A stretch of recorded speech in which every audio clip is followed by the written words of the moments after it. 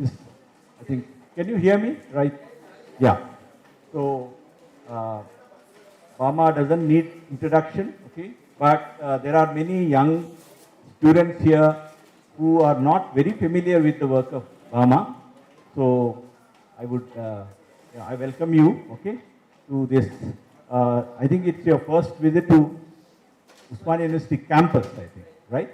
So, welcome, ma'am. And uh, could you tell us, share with this young people here about your village, where you come from, okay?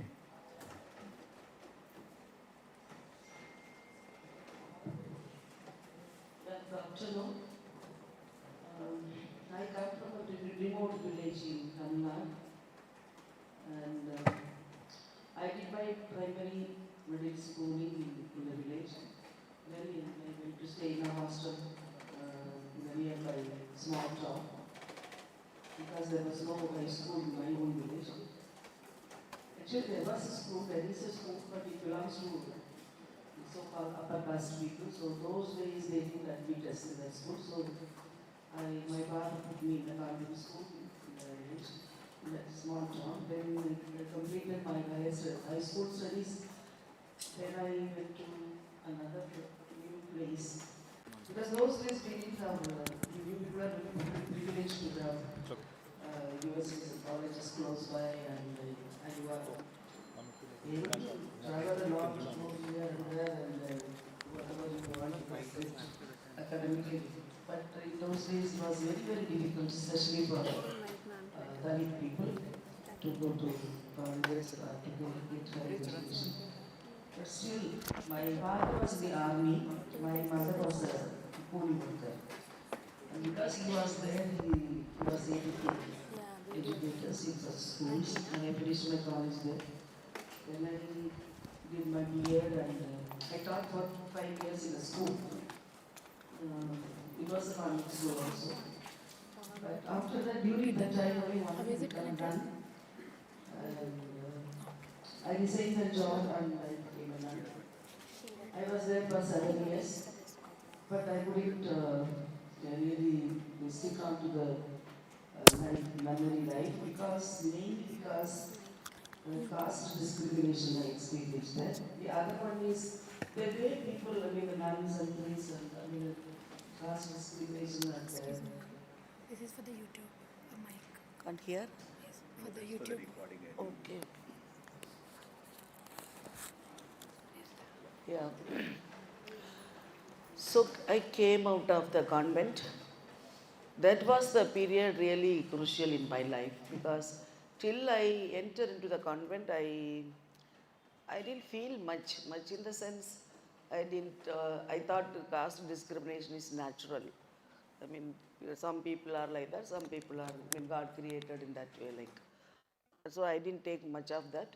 But when I was in the third standard, my brother Raj Gaudman, he too is a writer. I mean, he's no more now, he writer.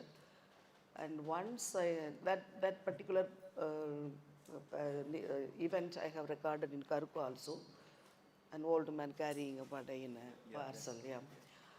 That's prescribed as a extract for many School. Yeah. And yeah. That extract is there in many school textbooks in Telangana also. In Tamil Nadu too, and my editor told me through that small paragraph, many people even in Tamil Nadu came to know that there is caste exists in different places, and this is the reality of our Indian society, like. So that was the time when my brother explained to me. That is not. I mean, they might know that event. You want to say that, and the old man carrying the parcel. Yeah, you can talk Yeah. about that. See, when I was coming from the school one evening, uh, an old man carried a parcel, a small parcel, and he was holding the thread of that. He didn't catch that in the hand. And we were looking at him, we laughed because such an old man carrying the thread and playfully, and he is carrying that.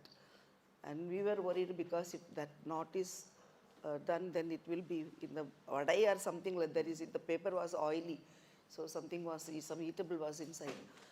So we followed him, and as we entered to our street, I mean, in villages and all you have separate streets and everything is separated. It starts from the west to the east, and from west, the western part of the village was occupied by the so-called high caste people. Then the degrees, it will be lessering, like, towards the east. So they have different names as Naidu. In my village, it goes like that: Naidu, Devar, and this and that and that and that. And we come to the last end, eastern side. The reason is the wind blows from the west to the east. And if we live in the western side, the wind will touch us first. Then that wind gets polluted because it touches us first. So we were kept at the last end of the eastern side. So it will touch other caste, then it comes.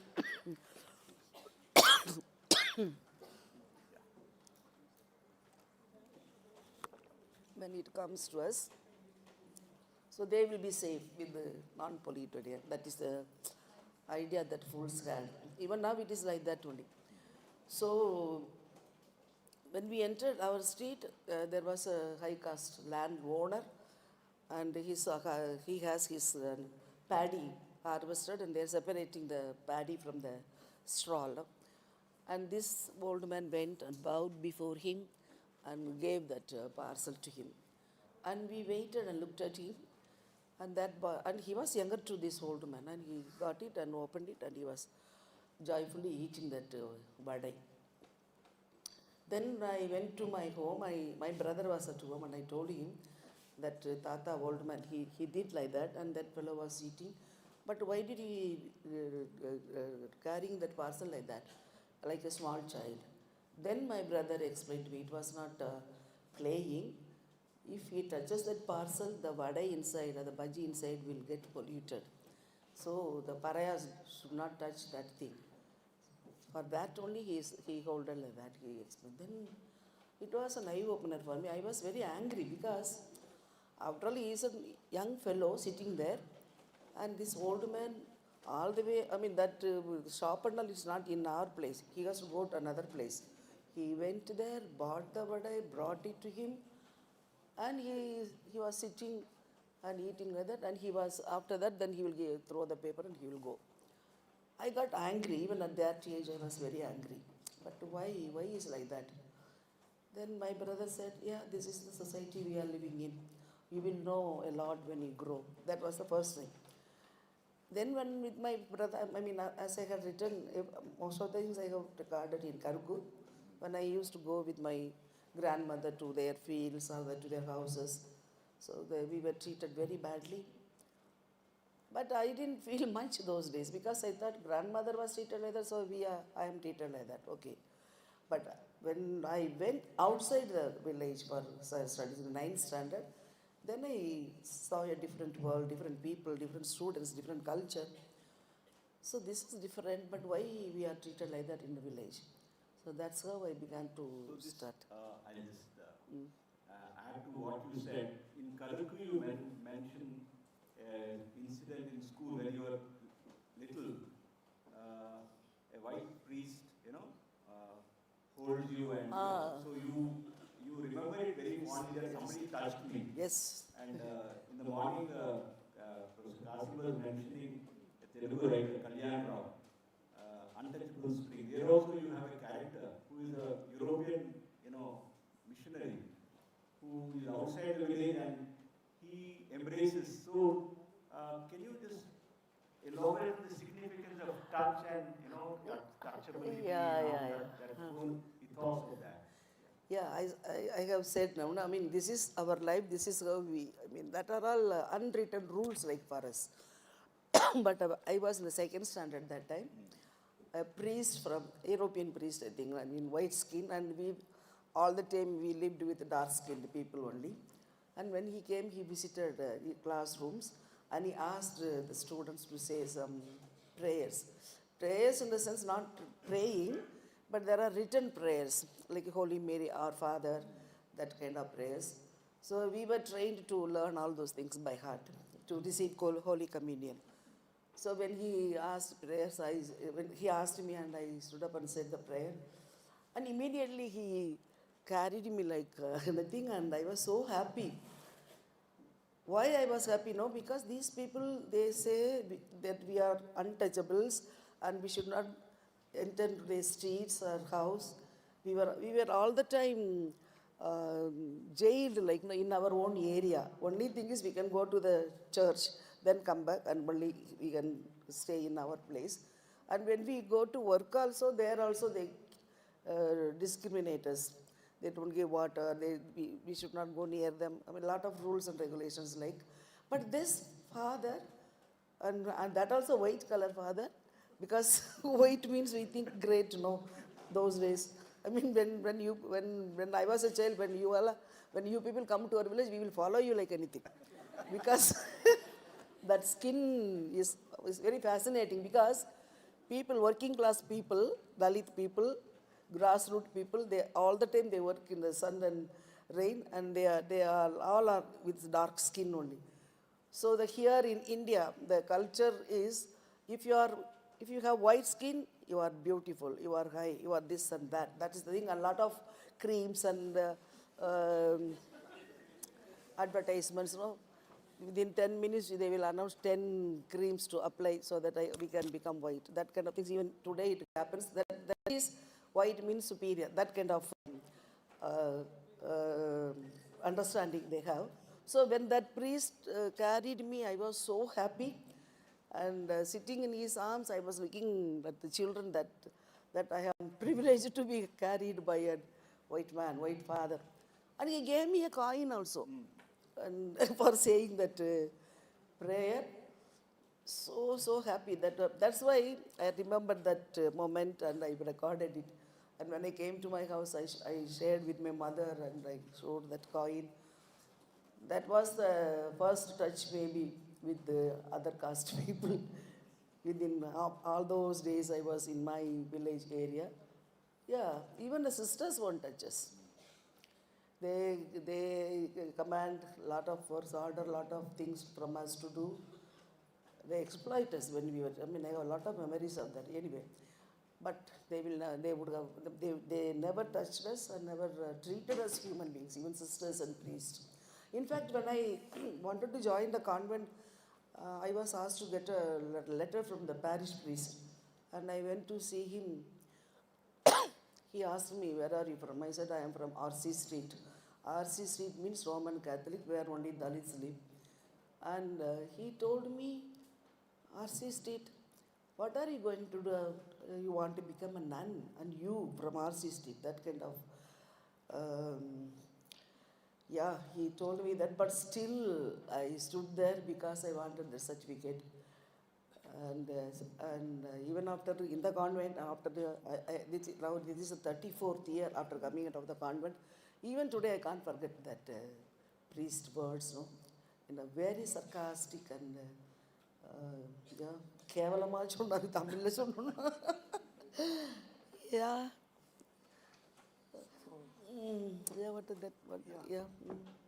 Yeah, I'm glad to be here. And Yeah, is it audible? the mic is not working. I think can we have another mic, Nageshwar? Or Yeah, yeah. I think so. Yeah.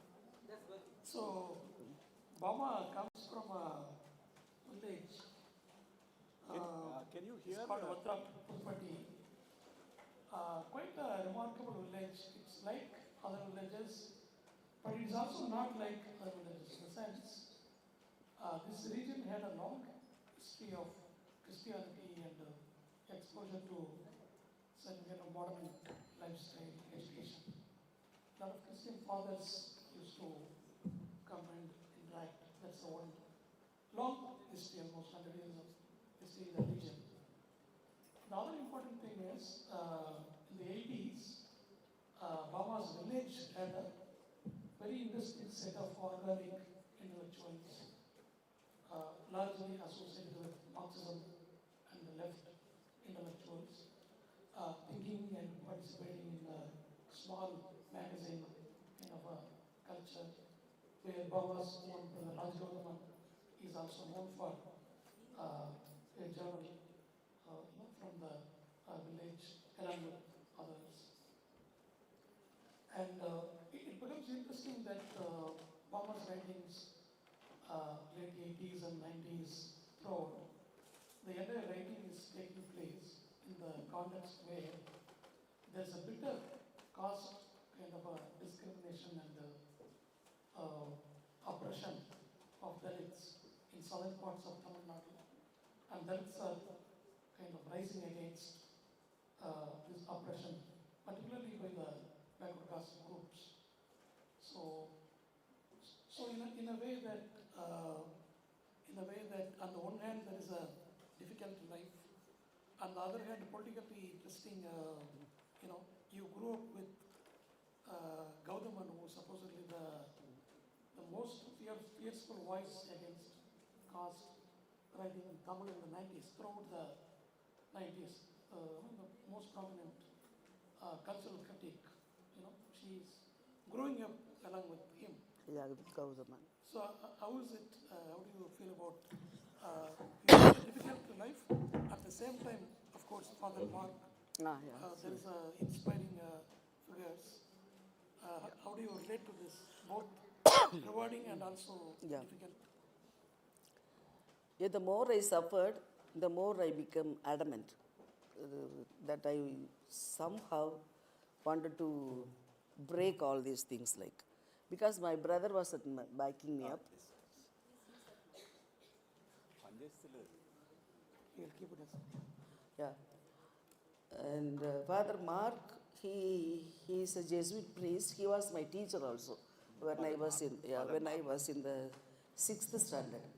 And Father Mark and Raj Gauthaman were friends also. So that way, they have this Marxist-oriented people, 5 friends. They used to sit in the market and argue about different matters in the villages and things like that. And in my family, I was very much close with my brother. Though we were six of us, but I was the only we more or less of the same vintage, with my brother. So he used to share a lot with me, and I grew up with a feeling that much more this village and the caste and untouchability and all this cruelty, violence, there is something else that will liberate us. That is the only thing my brother used to tell me. Only with education you will be free. That is a written law in my mind. He used to tell me repeatedly, not only to me, to my sisters, to my village people. You have nothing to hold on to. You have no social status, no political power, no economical power, nothing. Only thing is your education.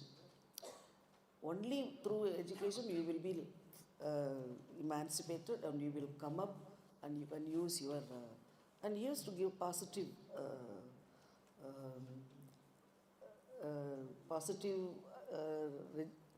positively he used to upbring me without my knowledge also. Those days I didn't think that he is forming me, he is helping me but very often he used to say before when we have holidays, he was studying in St. Mary's Madurai, then Palankote. Then he used to give us some homework, write essay on summer season rain, something like that, and write. I remember certain things like that, right? Some work or some poetry based on this. So and he will give prizes also. So for that prize we used to sit and write, but others, my siblings, they won't write, but I used to sit and write. Then I consulted my mother, my grandmother, what is the speciality of summer rain. There is differences between summer rain and the other seasonal rain. And my mother, my grandmother was a very intelligent person. He didn't study. My mother at least 5th standard. My grandmother, I think I have written in Sangadi. He was like a midwife. Every delivery he used to conduct in my village. All those women in those generations. I don't know how she got that knowledge. She did that and very much influential. See, for my life to live as a single woman, I got a lot of inspiration from my grandmother. He too, my grandfather, he left her and went to Sri Lanka to work in the tea estate thing as a laborer, and never came back. So only my grandmother brought up her two children, my mother and her sister, and she was a very bold lady. She used to go to the upper caste street to inquire about any work in the field or things like that, then take women from here to work there, so like that, and this conducting deliveries too.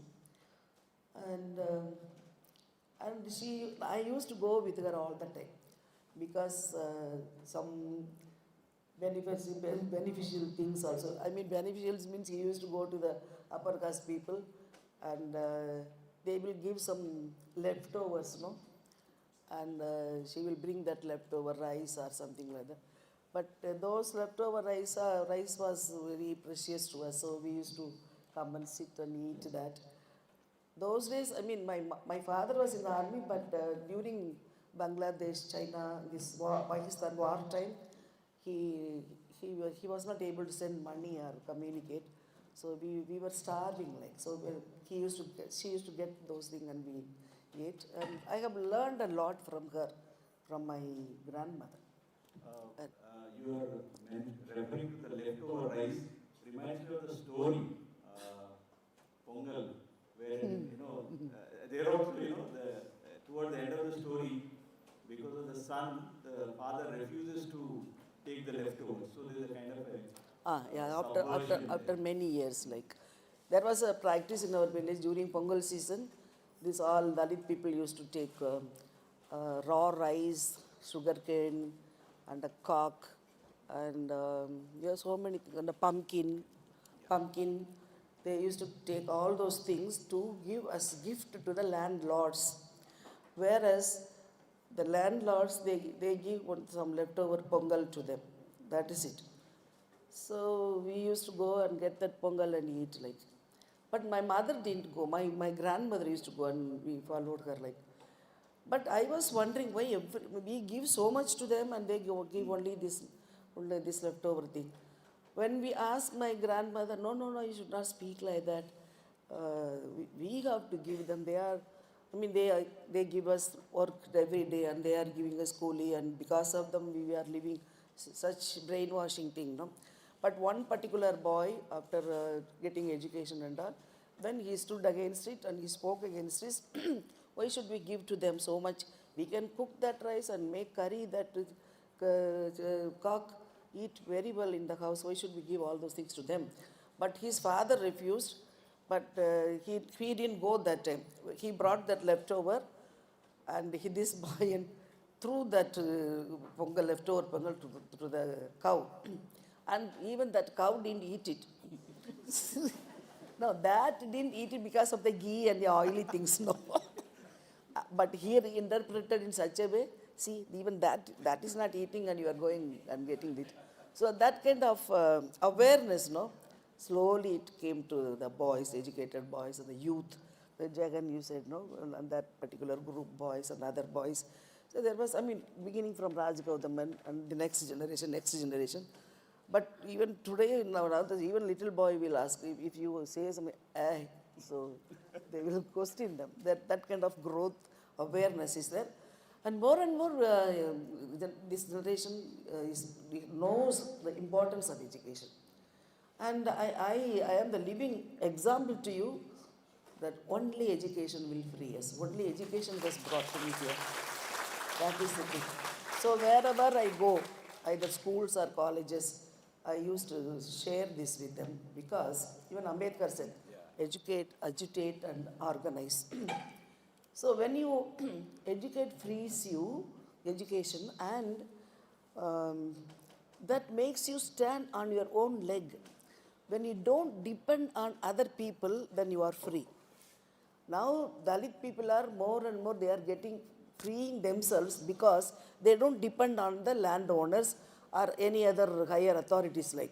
They find their own work, they live on their own life according to their will and wish, and they stand on their own leg. Some small trades and mason work and different. Now, olden days only agriculture, depending on them, because they don't have land. But now, tailors are there, doctors are there, advocates are there, priests, nuns, so many variety of occupations they have got, and they are doing well. Well in the sense, okay, one sense. The other sense, still that caste and untouchability in different forms, it strangulates them. Yeah, here you are referring to, I mean, Partha referred to Raj Gautaman being, a kind of inspiration to you. But you also refer to Father Mark, because when you were in Jammu, he writes that you used to Send write writers. about the place and describe and all that. So, can you briefly tell us about what role did Father Mark play in your evolution as a writer? Yeah, when I joined the convent, first I was in Bengaluru, then I was taken to Jammu Kashmir. There, I was not happy. Happy in the sense I didn't know the language, first of all, Hindi. But by all means, I wanted to become a nun. So I endured all those sufferings and stayed there. Those days, we were not allowed to write letters or to meet people, friends, things like that. Maybe once in a blue moon, one letter, something like that. So when I write letters, I used to write to Father Mark because he was my teacher, and my brother asked me to meet him before joining the convent to get his advice because he is the priest. He discouraged you, I believe. Yeah, he told me not to join the convent. But I said, no, I will. See, because that father also made fun of me, what are you going to do? I thought I will go, then I will see. But after my 11th itself, I went to join the convent. But my 10th sister, she was a nun, she told me, you don't know anything. Without knowing, you should not come to the convent. Go complete your college, then come. Then after finishing college, then I worked, then I went. Actually, why I went, I don't like these nuns and priests and all, but I wanted to become a nun, thinking that I will be a different nun, because these people have power in their hands. They have power, they have money, they have everything in their hand, and they can do what they want like. So let me also become one of them, but I will do my service to the girls, Dalit girls in villages. And you joined an order which Father Mark, Didn't ask. He said you don't join that order because they are very. I joined. See, comparatively, other orders are worse than that. So this one, this order, the foundress was. I read the story, the history of that foundress. Yeah. She Nano Nagel. But she was not an Indian. That's the problem. I didn't go to think Indian and foreign and all those days. Anyway, and she helped. The Irish people were targeted and they were tortured by, so they didn't get education. So this Nano Naglu used to take children, poor children, and she educated them near in the forest and hedgecock, somewhere like that. And I thought maybe like her I will do to Dalit children, Dalit girls to educate, because after all I am a teacher, I can do that. That was my hope and I dream. So like this founders I can do. So I joined there, and Father Mark was not happy to go there. I told him I will go. Then I went there. Survived there. During formation time and all, they taught us well. There was a lot of scope and hope, and I thought maybe like Jesus, we can do a lot of services to people. And we studied about this in the four Gospels and a lot of things. I enjoyed studying all those things. From my childhood, I loved Jesus very much. And after all, that priest also hugged me, So I fell in love with more on Jesus and the Bible and things like that. I must learn. And I have read the whole Bible once when I was, not before going to the convent also, I read it. Then After joining there, then 7 years I was there. Then I came back to Chennai. You are talking about Father Mark. He didn't ask, he didn't encourage me to join, but I joined. Then after becoming the nun, I wanted to come out. And my brother also with him that time. When I rang up and told them, that also not cell phone and all, I really, there was a landline, and without knowing anybody, like a thief, I went to the room at night. Then I called them and told them, I'm not going to be, I stay on here, I'm coming home. My brother told me, yeah, you come home, we will find a job for you, you can, even you can live in my house, he said. But Father Mark said no. When I asked him to join, he said no. When I asked him that I'm coming back, no, you don't come. Because if you come out, you will suffer a lot without a job, without anything. And it was a scandalizing thing in the village that if you go to the convent and come back, they will talk a lot of things, and they'll talk a lot about me also. Not, I mean, that is okay, but my parents, they talked about my parents also. But Father Mark, he said no, they said, no, I won't stay here. And the convent also didn't allow me. They said, no, because I was a well-trained teacher even before going to the convent, and I was teaching for them, and they are getting money. And I was frustrated actually. Only teaching English and maths and getting money and giving to the nuns, and daily going to school, then come back and teaching. This is one thing I was doing outside also, no? Just to be a teacher, why should I join in a convent and become a nun? So I didn't like it. When I asked them to keep, I mean, they have some village convents also. When I asked them to send me there, they never send me because they will lose the money. So I have understood their inner motivation. I said, no, I am not staying on. And they were trying to edify me, educate me, giving retreats and this thing, that. Then without their knowledge, there was another sister from Kerala. She helped me. We both of us went to the station, bought the ticket. And the ticket money also I asked Father Mark only to send. And we should not get money like that, but waited for the postman all those days and got the money, booked the ticket, and I ran away. Ran away means came, and these people got hold of me in Delhi station. Yeah, you should sign in a contract, you have this and that and that. I mean, I won't claim anything or something like that.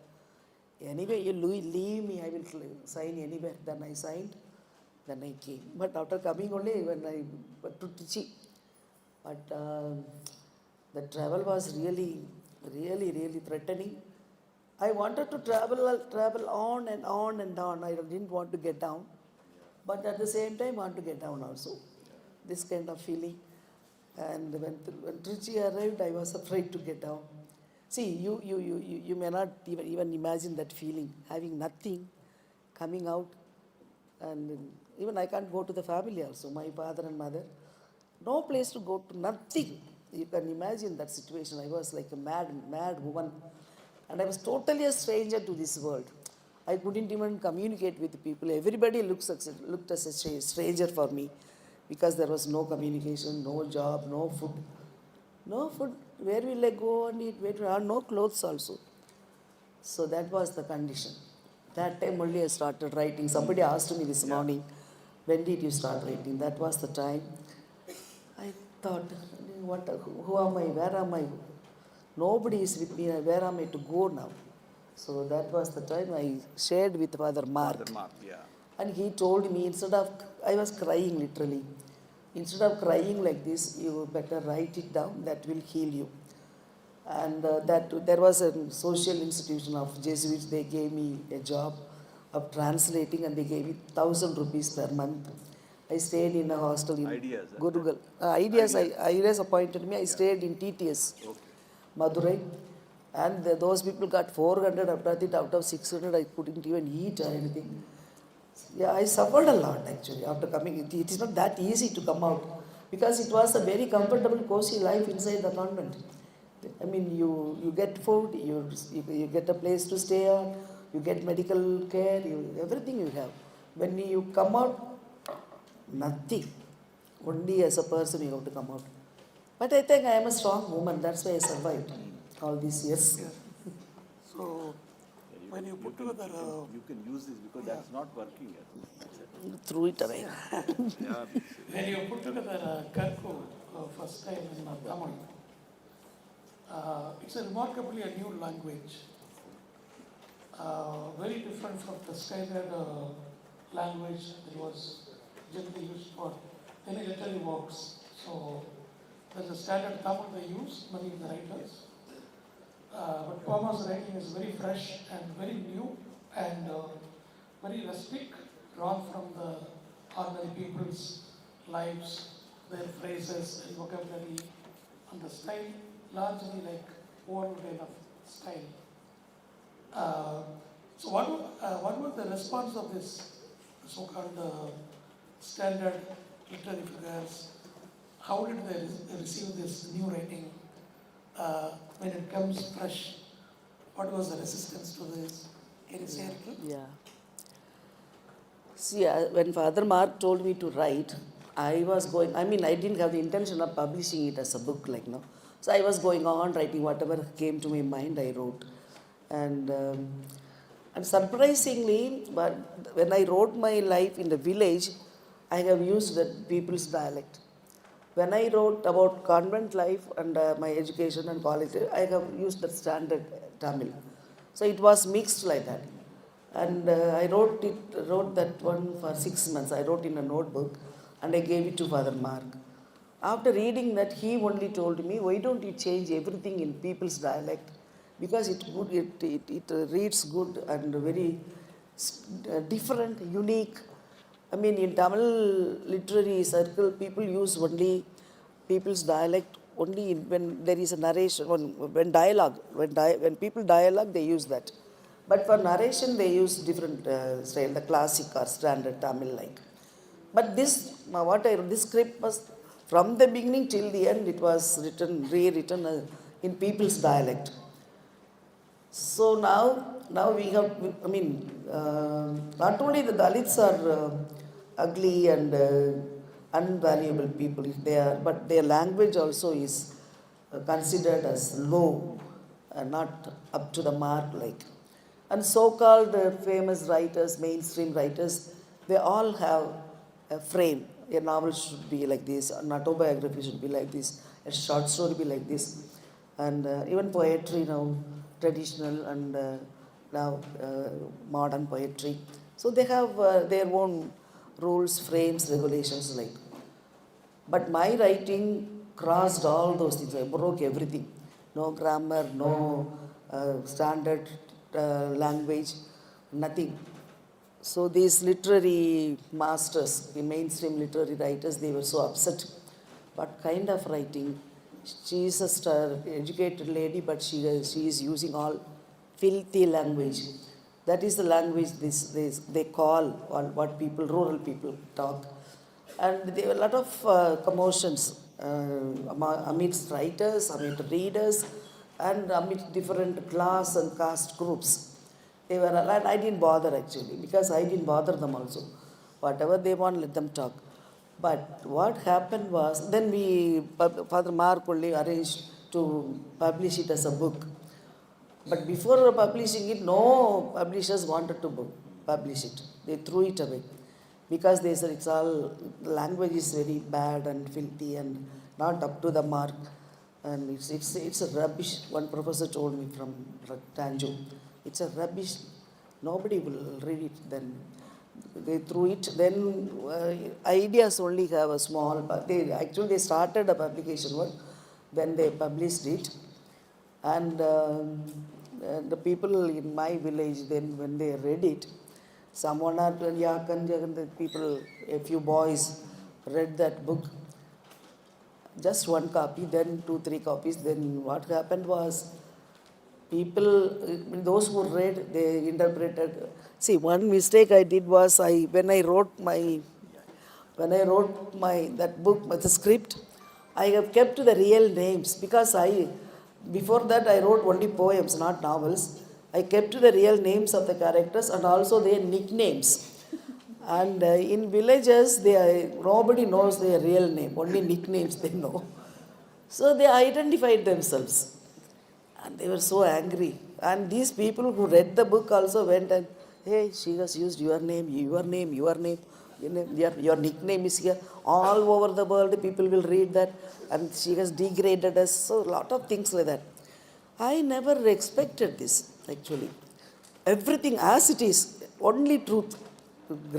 Brand new truth. I didn't hide anything, because if I have thought that I will going to publish a book, then I would have censored it, but I didn't do anything. Then these people went and fought with my parents. And my father, my mother, they were sick that time, they were very upset. And my father scolded me, telling me, don't come to this place, don't come to my house. And they are waiting to beat you, then don't turn this side. So I was afraid then. When I went to Pondicherry to my brother's house, I was roaming around here, and then I didn't have a job also.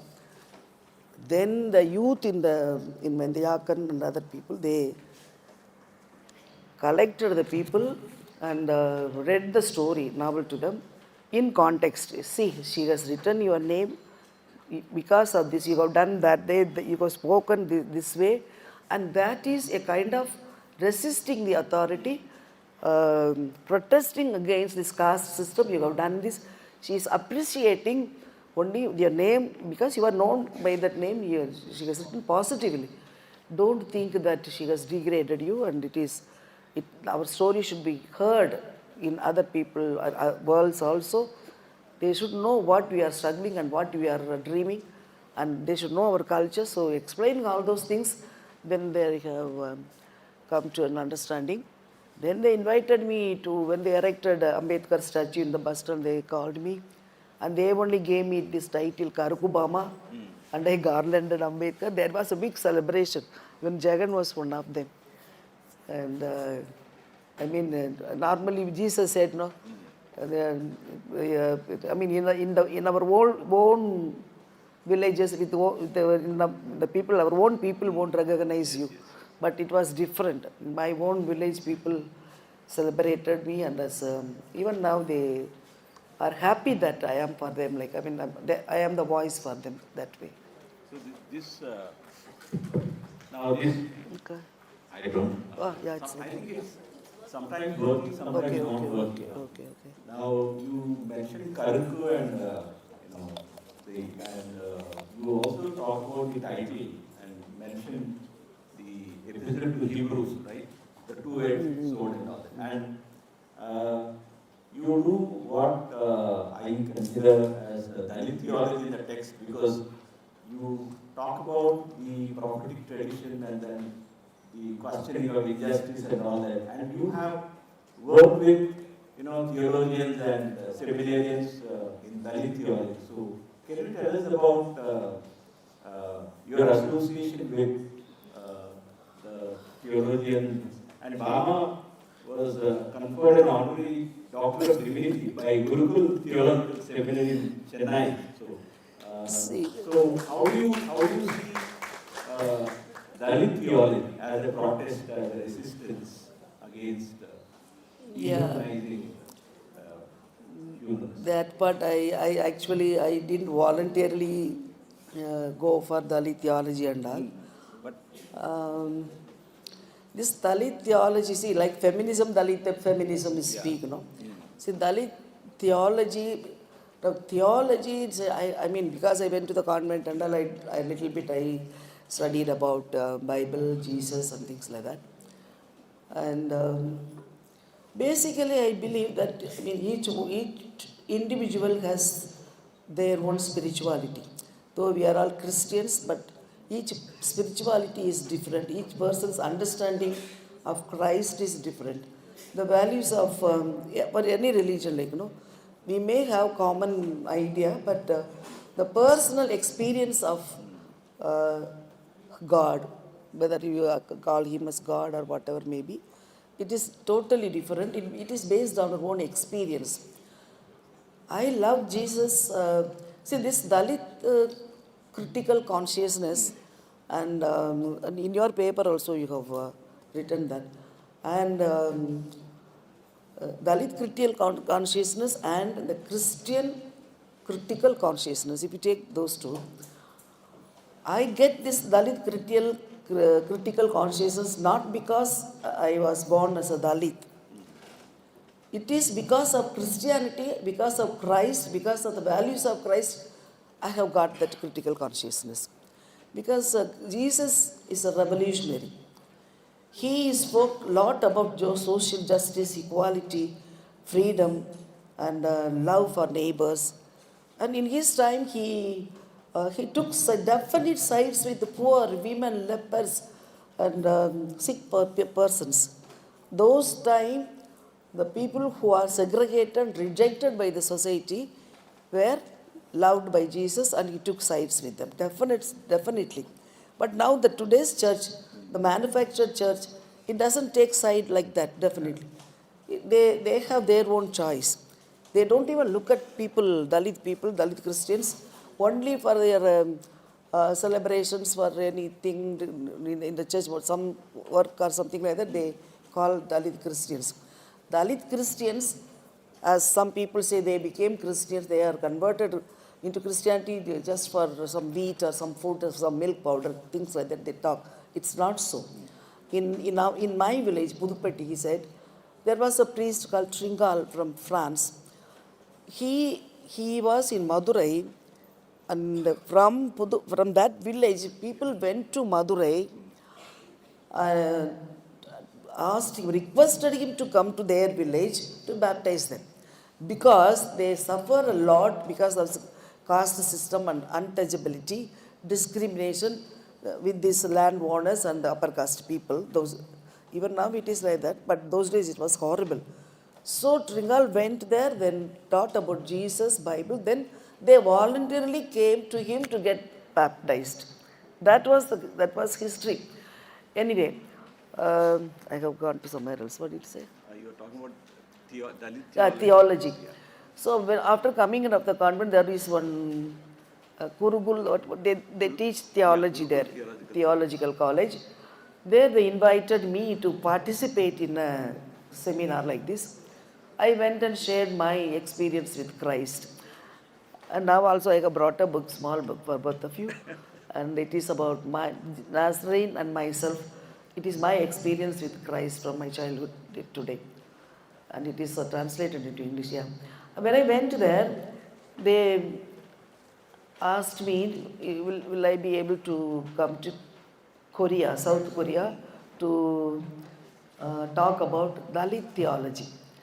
I said, I have not studied theology. But they said theology means your knowledge about God, your experience of God. That is, what you experience, you share. I was teaching that time actually. Then I took leave and went with them to Korea. And there in Korea, they have this Minjung theology. Those people are treated like Dalits. In Japan, Brock means they were treated like Dalits. So different countries, they have this. And I spoke about my experience. And when I spoke, I told Tian Chen Kor, he was there. And there is a song, one awareness song in Tamil. Manishangada, Nanga Manishangada, Unna Pola, Avana Pola, Yetichana, Osaramula, Manishangada. Manishangada, Nanga Manishangada, Manishangada, Nanga Manishangada. Unna Pola, Avana Pola, Yetichana, Osaramula, Manishangada, Nanga Manishangada. So I sang that. The meaning of this Manishangada, we are human beings, like you and he. We too are human beings. We too are of same height as you are. See, when you measure your height with this measurement from head to feet, according to your height, according to your measurement of your own hand, it will be 8 in number. You can try in your house. For a small baby, 8. For a grown-up adult, 8. For a grandma, everybody, with their own hand, you measure 8. We say that as John, and I don't know what. This is between this thumb and little finger, 8 only. So we are all equal. Only 8 thing we have. No? You two are of 8 this measurement, I too am. So what is that to boast about your high caste and low caste? So that way, a lot of songs also. So I told, I sang that, and when I explained to that, and there I came to know the Minjun theology. Minjun people are economically poor. Once they are economically well off, then they will be able to move into the mainstream, and there is no more discrimination. But Dalits, whatever may be, where you can be a teacher, professor, doctor, advocate, collector, high court judge, minister, president, still you are a Dalit. No change.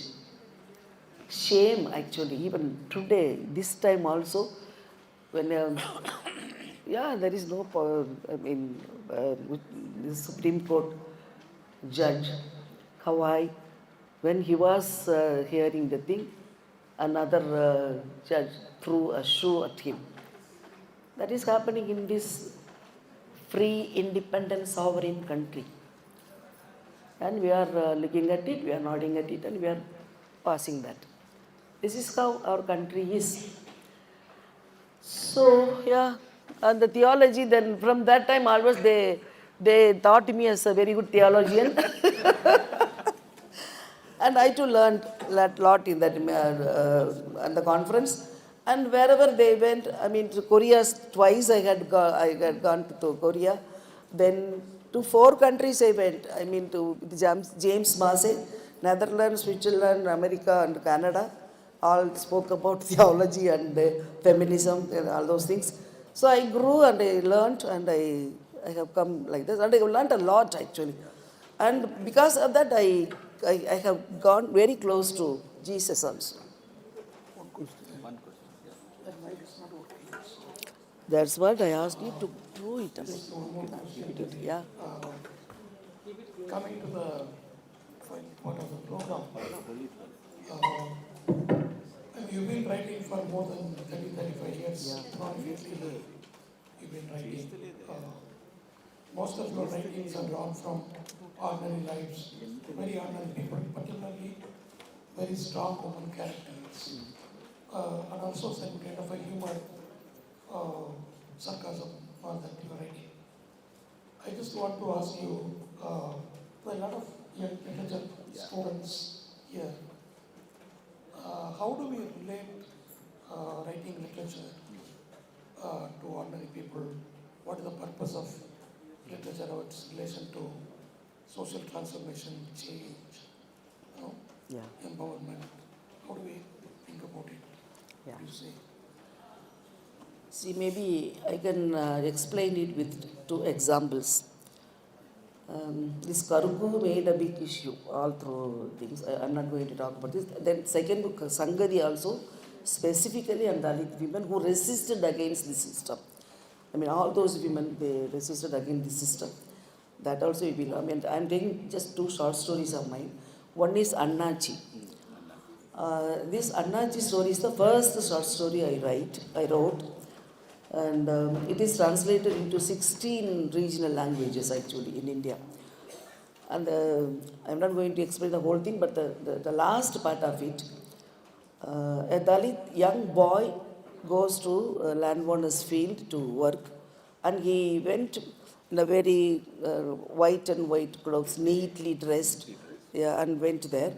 And that landowner didn't like him wearing that dress. A worker, Dalit worker, coming in such nice ironed shirt and all. And I mean, they have some notion about Dalit people.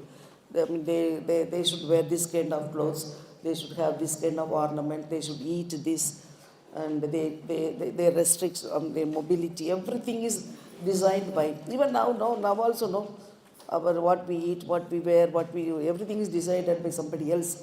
Same thing, the upper caste people, they have, even Ambedkar's annihilation of caste, he has given 30 rules with those ways itself. Okay, he went there, so that landowner questioned him. I have asked somebody to water my plant, but nobody came from your street. And this boy told him, yeah, that's why I am here. My uncle told me he is not able to come, so I am here. And he told me, you don't look like as if you have come for work, wearing a neat and white shirt. You don't look like that. See, it is already late. What's the time now? And this boy was angry but controlled himself. He looked at his hand and said, "See, Annachi." Annachi means big brother in Tamil. "See, Annachi, I don't have a watch, Annachi. Only you have a watch, Annachi. You please see what is the time, Annachi. I will get a watch, Annachi, later on. I will wear it, Annachi, and I will come to work in your field, Annachi." So he spoke in that way. So that landowner was upset. See, this making fun and sarcastic remarks, subversion, all these things are a kind of weapons for Dalits to fight against. Because we were not allowed to use weapons in those days. Now they use, even you people say, I will come to that next day. And that fellow was very angry and he shouted at him saying, "Who is calling Annachi? And whom you call Annachi? Are you from my caste or my family or my relation? Who are you to call me Annachi?" So that word irritated him so much. He came to our street and complained to the headman of the village that this particular boy called me Annachi. So that headman also collected the people evening and called for a meeting. And this boy was inquired, "Did you call Jayachandran landlord as Annachi?" "Yes, I called him Annachi." "Why did you call him Annachi?" Then he said, "He is elder to me, so I call him Annachi. If he is younger to me, I would have called him Thambi." Thambi means younger brother. The headman was very angry. "How bold you are talking like this to headman like that. Did anybody in our village in all this history call him upper caste people as Annachi, as brothers? Did we call them as with relationship word?" He was quiet. "Who are you calling me his Annachi? It is wrong." Then he told him, "See, calling a human person as Annachi, as brother, I simply called him with all respect brother. And you say that it is wrong. I didn't call him as uncle and asked his girl for his daughter to give me as a wife. No. Did I call that? If I had called that, then that is wrong, you can say, because intercaste marriage is, even now it is not allowed, no. So I call him just brother." Then this, like you, everybody laughed in that crowd. And the headman was very angry and he shouted to him, "See, you don't make fun here. We are all here to penalize you. What do you say finally? That is wrong only, no? You call him Annachi." And this boy very coolly, he said, "Nothing is wrong. See, when he said, this time when I called this man as Annachi, you are going to penalize me. Last month when I called this scavenger as Annachi, he said, hey, for calling a scavenger as Annachi, like that you scolded me. What is there? If a donkey shits, whether it first shit or last shit is shit. Human is human. Get away." Telling that he went away. So for this there was a lot of criticism, particularly this last portion. How can he write this and that? That is the logic, no. Anyway, whether it comes first or last first, that is that. And human beings, whether he is a scavenger or a landowner or anybody, we are all brothers and sisters. What is there? So like that and this story was selected by many people, liked by many people. My brother appreciated this very much. And your first story itself is a very good one. And I too, just within 2 hours I wrote this. Okay, this is one thing about this filthy language we say, no. And this particular proverb or the sayings, no, this is quite easy for Dalit people to explain a very strong truth or philosophy in life. Just with one word, like proverbs or some sayings, some quotations, some sarcastic remarks, just 1 or 2 words is enough. Just you can throw them away and go off like. So that is that kind of sarcastic thing we can see a lot in Gaudaman's writings. His main, I mean, in a very, very satirical way, he explains everything. Another thing for women, the feminism, my Ponnutai in that short story, there was a husband and wife, they were fighting all the time. Then the wife left the husband with 4 sons and went to her mother's place. The 4th son was a baby, 5 years baby. Even she left him also with the husband and went to her mother's place. But including her mother, all her relatives, many people advised her to go and bring that 4th son. See, you are a mother, you are a woman, you are a mother, you are feeding him. How can you leave a baby like that to the husband and come to your house? Don't you have that motherliness in you, or the tender heart? You don't, all those things, criticisms went on and on in the village. But this woman, Ponnutai, she never bothered about those things. She went on. Then her husband also came and gave the baby. You take your sons and go. That time only she spoke to him. They are not only my sons, your sons also. See, carrying a baby and delivering and feeding and bringing the baby is very difficult. You people don't know. Now you experience with all these 4 sons you have with them. Feed them, bring them up, and let me see. They are your sons also, no, not my sons alone. So she kept quiet. But it went on, and finally he threatened her that I am leaving 4 sons and I am going to marry another girl. Then her mother shouted at her, let him marry. He cannot threaten me like that by saying, let him marry 100 women, I don't mind. Then a lot of things happened. Finally what she did was, she didn't bring the children. She removed that tali, no, that Mangal Sutra, she removed that one small golden thing she had. She went and the mother was shouting like anything. That was not, really women, they hesitate to remove that thing. When the husband is alive, they should not remove. That is one culture here. So she removed and sold it, and she made a small shop and she survived. So that is the end of it. And including writers and other people, men and women, they scolded me like anything. What kind of writing she is writing? A woman leaving the children with a husband without motherliness, without tenderness, without that, and removing the tali and selling it and surviving. This is, and there is one writer, Tamil children. The government, a group of writers, they went to different villages for evening studies, and they read the story to women folk in the evening study center. All the women were upset to hear this story, and he told me, how come she write like that? And at least that removing tali she should not have said. That is really a very bad thing. She's showing a bad model to women like. So this kind of criticism were there. But he told me also, above all that, one famous writer, he wrote some 4 or 5 pages and wrote to me, Mama, after all, you are a woman and you are writing this kind of stories. You should have at least included a sentence saying, at nights she thought of the lost boy and she cried.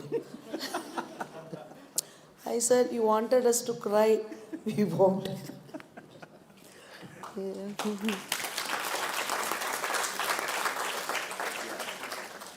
Thank you, Brahma. We actually had 1.5 hours, but we somehow completed in 1 hour, 15 minutes. Okay. Thank you for speaking to all of us. Thank you. Thank you very much.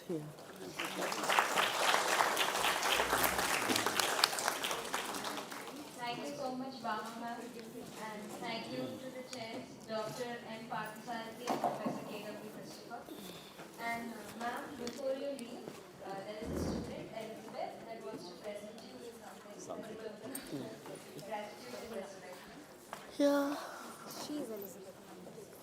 Oh, you do it.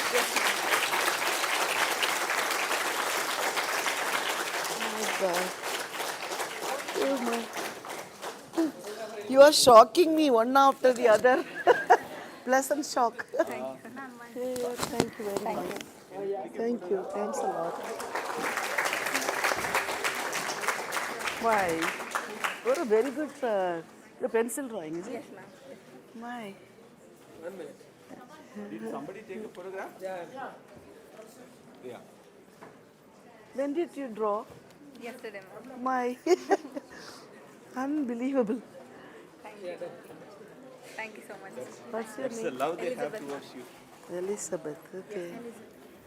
A gift from Osmania University. Thank you. Beautiful. End of our plenary talk for today. So now we're going to have 3 parallel sessions of the paper presentations. One is going to happen here, that is room number 133, which is going to be chaired by Dr. Mochanda Ray Chaudhary. And then the second one is the session 3 is going to happen Let me say room one number thing. 121, chaired by Dr. Deepa Chaudhary. And session 3 1 is the minute. seminar hall, chaired by Professor Shagufta Shahi. Okay, let me have a few words before I go. Thank you once again for all the pleasant surprises that you people gave. I am carrying a lot of memorable moments and events and people and experience.